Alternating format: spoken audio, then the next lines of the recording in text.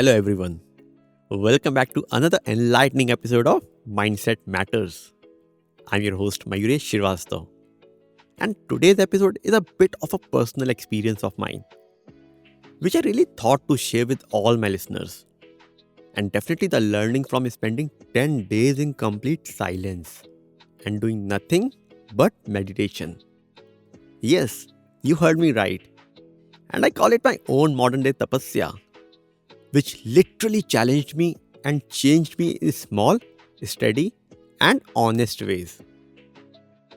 When I first heard about doing a 10-day silent retreat 5 years ago, way back in 2020, I really wanted to go for it.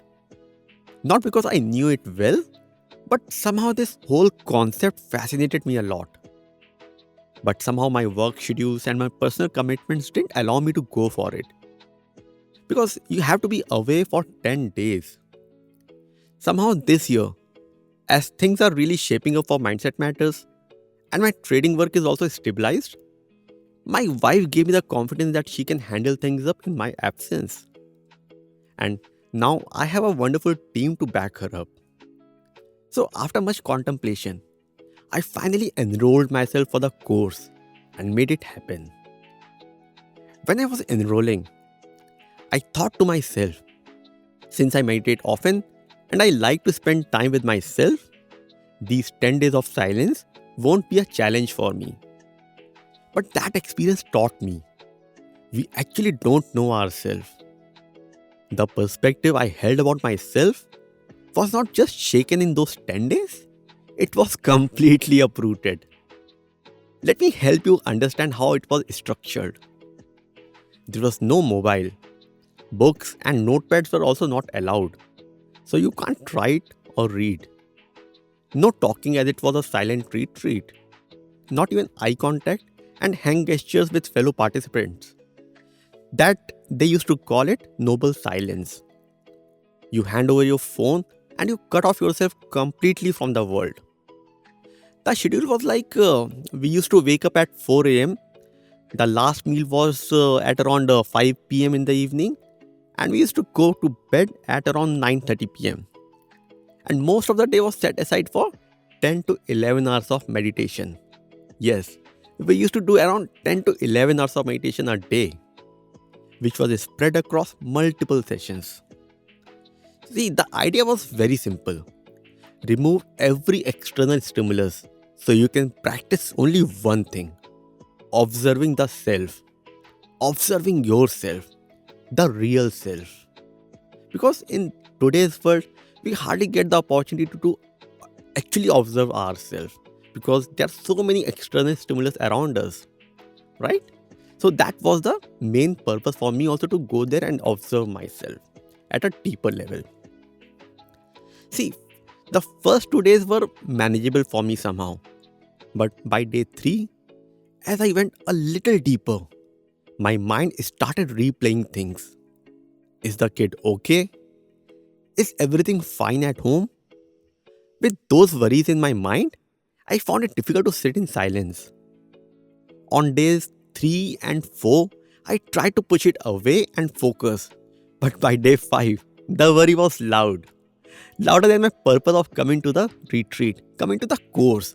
Like, what exactly was the purpose of mine? That purpose was defeated on day 5. So what did I do? I went to the teacher and explained. And mind me, this is the only time where you may utter some words, where you have a question to ask to the teacher. So I grabbed that opportunity and asked, "Sir, I can't focus now. I'm really worried about my family and their well-being." He simply smiled and said something which I'll never forget. Your mind doesn't want to change. He explained that when we commit to change, the mind brings up everything it can so that you remain in your current identity, your old fears, anxieties, stories, to pull us back into our comfort zone. It's simply the mind's resistance to change, which was disguised as concern. Though I know all this concept very well, and I know how our mind works, but when it was tested, I became vulnerable. So I pleaded, and after some insistence, the teacher asked an assistant to call and check about my family's well being. When I got the confirmation that everything is fine back at home, I felt relieved. So deep that I could return to my practice. That moment taught me two things. First, when your mind resists something, it can feel like you are absolutely right to resist it. And second, sometimes reassurance is what we need to carry on, not avoidance. This retreat was a kind of tapasya for me. Long hours of sitting, watching thoughts come and go, and learning to sit in pin drop silence, absolute silence. For me, it was a deep work focused more on being rather than doing.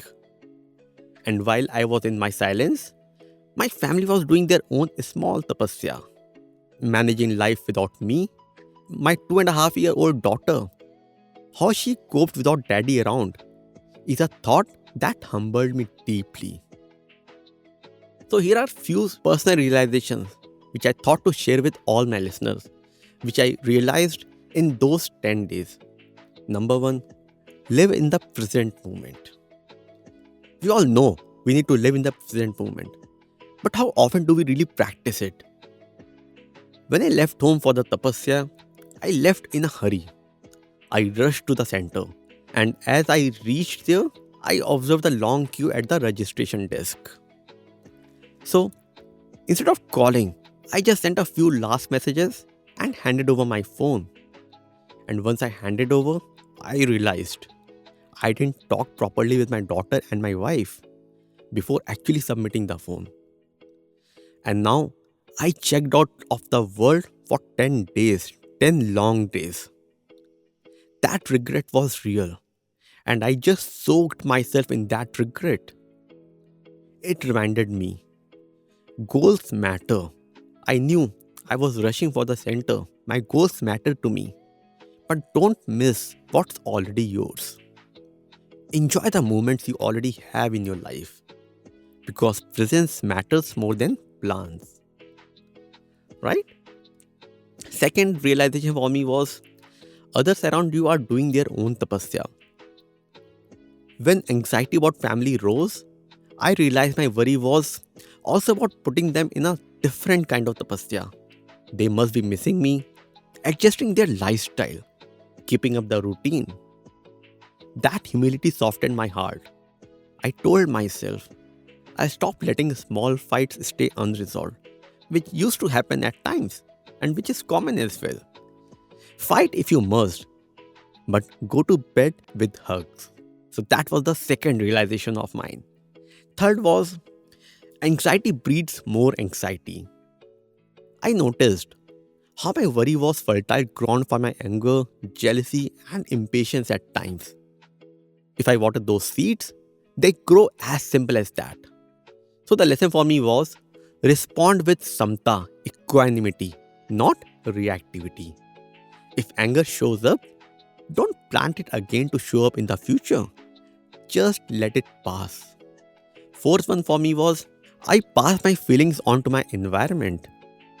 My mood affects the room. I don't keep my discomfort to myself. I spread it.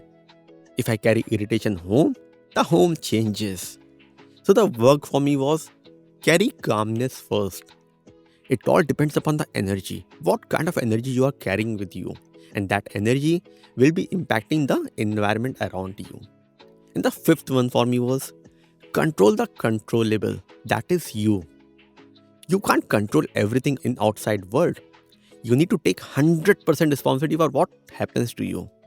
No matter who did it and what exactly happened.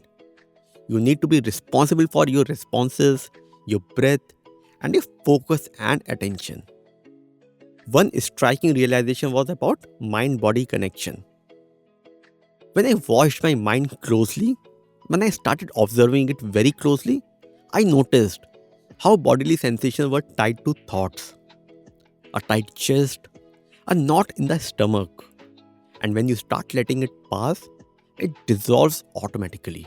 You don't have to do anything else. This reinforces something which I talk often about. Psychosomatic issues are real, and working on the mind supports the body.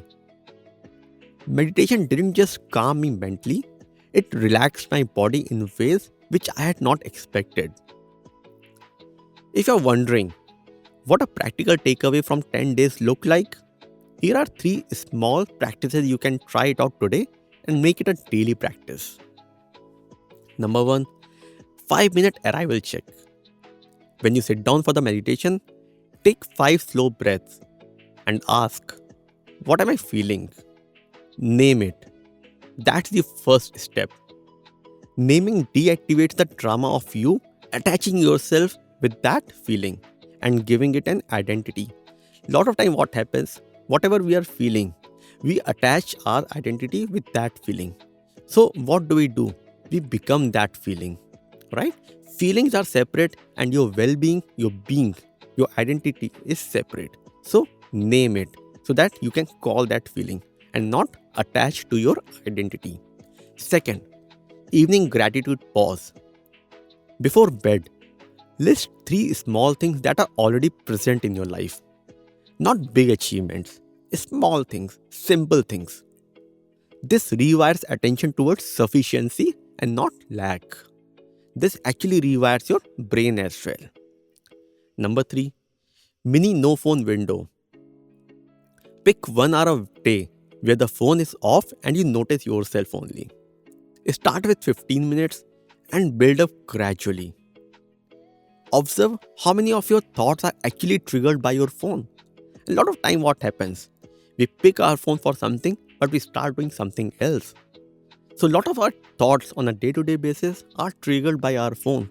And when you keep the phone away for 1 hour, you observe how you are actually, start observing yourself and not the external stimulus. Let me share an honest moment. The nights were the hardest for me.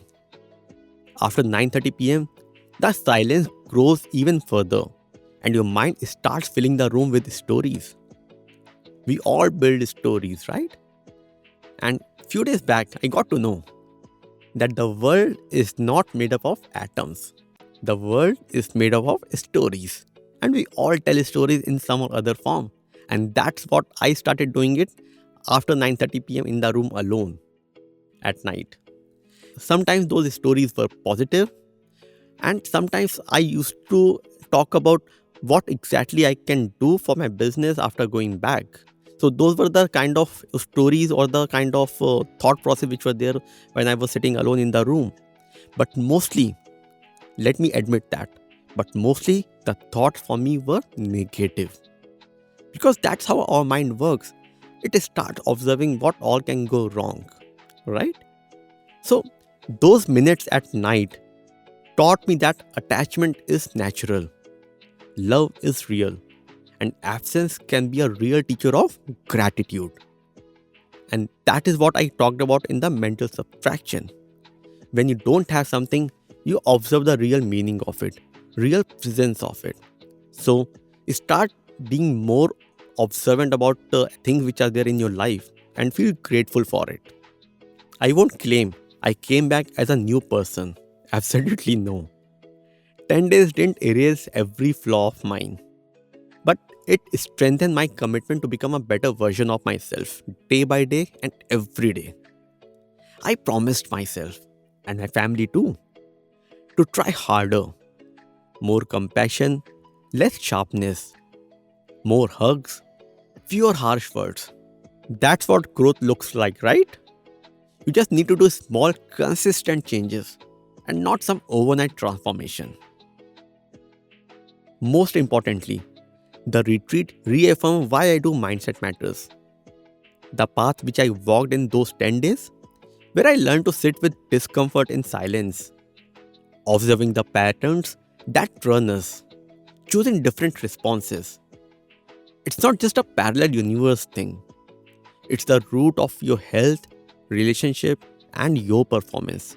Not of someone else, but yours. Because if you observe yourself more, you come up what you can do actually naturally. And then you can further develop those things which you can leverage in your future, right? If we can turn our minds towards ourselves, we can also heal psychosomatic pain, reduce reactive behavior, and choose the life we truly want. So, thank you for letting me share this personal journey of mine. I'm still integrating lessons every single day because those 10 days were not something which I can do immediately. There are so many realizations which happened, and I'm still in the process of absorbing and integrating it in my life. So that's it for today's episode of Mindset Matters. If you found value in this, share it with someone who needs it. Share it on your Instagram stories and WhatsApp status. That would help in growing this podcast and reach to someone who might need this reminder today. And if you're on the journey of building inner strength, know this. You are not alone. You're growing. And every challenge is shaping you into someone unshakable. Until next time, stay strong, stay grounded, and remember, you are built to bend, not break. And as always, keep listening and keep working on yourself because your mindset truly matters. Thank you.